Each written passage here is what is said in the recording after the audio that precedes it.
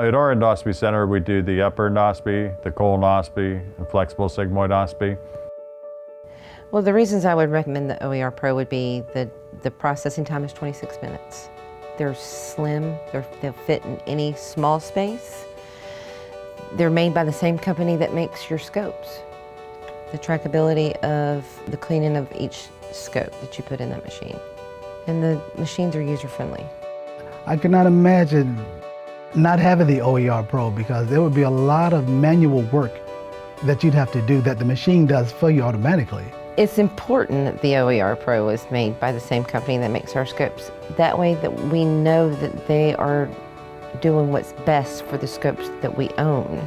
Knowing the manufacturer of our processor is the same as our scopes, Olympus, it allows us to, if we need to contact anyone, to contact one person if we have any problems with or malfunction with the scope or processor. They're very ready to service our needs and to answer any questions that we have at any time.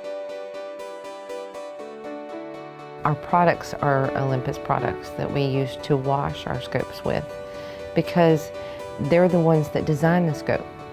They're the one that knows what we need to keep that scope functioning properly and to clean it properly and to track it properly.